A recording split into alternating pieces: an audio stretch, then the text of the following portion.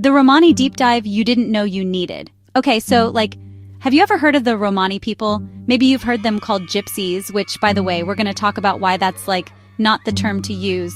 But seriously, they're this group that's been around for, ages. And honestly, most of what people think they know is probably, totally off or just a tiny piece of a super complex puzzle. It's kind of wild how a whole culture can be so visible in some ways, the music, the imagery, but also, completely misunderstood at the same time. It's like everyone has this idea, but it's usually based on movies or, old stories, not the actual real human experience. Caravans moving through misty forests, which, aesthetically love that vibe, or, hands playing a violin super passionately, these vibrant skirts swirling around. And it's all very cinematic, but then the voiceover in my head is they've been called wanderers, mystics, and outcasts. But who really are the Romani people? It's a genuine question because I feel like their actual story, their truth, gets lost in all the noise. So I decided, you know what? I'm gonna actually look into it because it feels important to understand, especially when a group has faced so much just stuff. And I want to share what I find out with you guys because maybe you're curious too, or maybe you've never even really thought about it beyond those surface level things. We're gonna go beyond the stereotypes and try to get to the heart of it. This isn't just a history lesson, it's about understanding a living, breathing culture that's been navigating the world in its own unique way for centuries. So, yeah, let's get into it. All right, first things first, let's talk about the OG Romani people. Where did they even begin their journey? Because honestly, for the longest time, nobody really knew for sure, or at least there were a ton of theories floating around. Some people thought Egypt because of the whole gypsy thing sounding like Egyptian, but plot twist, that's not actually it. It's way more fascinating and it goes back way back.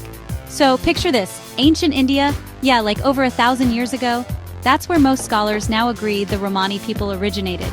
It's kind of mind-blowing to think about that journey from India all the way across continents. So the story goes that they were these groups of people, possibly warriors, maybe artisans, musicians, from the northern regions of India, and for reasons that aren't 100% crystal clear, maybe invasions, maybe social changes, who really knows for sure the exact deets, they started migrating. Not all at once, obviously, but in waves over centuries. They moved west through Persia, into the Byzantine Empire, and then eventually fanned out across Europe and later the Americas and other parts of the world. It's this epic slow-motion diaspora that's just, wow. Imagine the resilience, the adaptability you'd need for that kind of life. Constantly moving, constantly encountering new cultures. And here's the thing that, really underpins their whole existence. Their ideology, if you want to get fancy with it. It's this core belief, freedom is sacred. Capital F, bold, underline it. Their entire way of life for centuries has been about rejecting the idea of, being tied down to one place, one set of rules imposed by others. They weren't about owning land in the traditional sense, or accumulating a ton of material possessions that would weigh them down. The road, the journey itself, that was the important part. It's a perspective that's so different from, mainstream society that's all about mortgages and stuff. There's this quote, and I think it just perfectly sums it up. The road is our home, the sky, our roof, and when you think about that, it's actually so profound. It's not just about literally not having a house, it's a whole mindset. It's about finding your place in the world without needing physical borders or deeds to define it. It's about a connection to something bigger, something more elemental, I guess. This idea of freedom wasn't just a preference, it was, and for many still is, the absolute cornerstone of their identity, shaping everything from their social structures to their daily lives. It's pretty radical, honestly. So if they're always on the move, how did they actually survive? They were the ultimate entrepreneurs, adapting their trades to local demand. Renowned as metalworkers, blacksmiths, coppersmiths, and tinsmiths, fortune-telling was just a tiny fraction of their skills. Their ingenuity and adaptability were key to their survival. Chapter 3. Let's dive into the cultural traditions. They can be unique and intense. For example, a Romani wedding can last 3 days. It's a huge community event with music, dancing, and rituals. The bride's tears are seen as purifying, gold jewelry symbolizes security and status, rivers are sacred, never wash dishes in them. Did you know? Romani avoid cemeteries at night. Their spiritual beliefs are woven into everyday life. Chapter 4. Romani culture is beautiful and fascinating, but their history is also one of incredible hardship and resilience.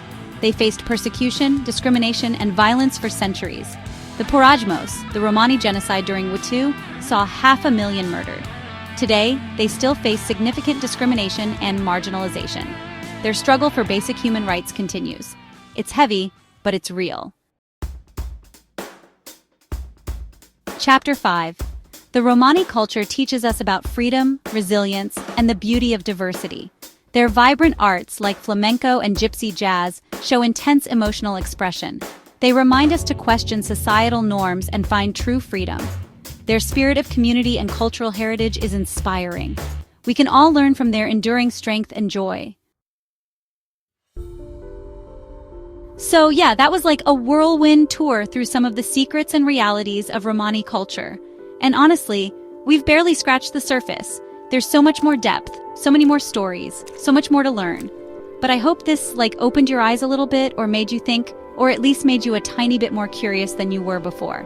Because that's the whole point, right? To look beyond the easy labels and the old tired stereotypes that just don't do anyone justice. It's wild to think about a culture that has carried this flame of freedom and resilience for over 1,000 years, across continents, through so much adversity. It's a testament to something really powerful in the human spirit, something that refuses to be extinguished. When you see those campfire embers rising into a starry sky, it's not just pretty, it's like a symbol of that enduring spirit, that connection to something ancient and free. It's a reminder that there are so many ways to live a meaningful life. If freedom had a heartbeat, it would sound like theirs. Smash subscribe to explore cultures that redefine life. What's one thing you'd take on the road if you were to embrace that kind of freedom? Let me know in the comments.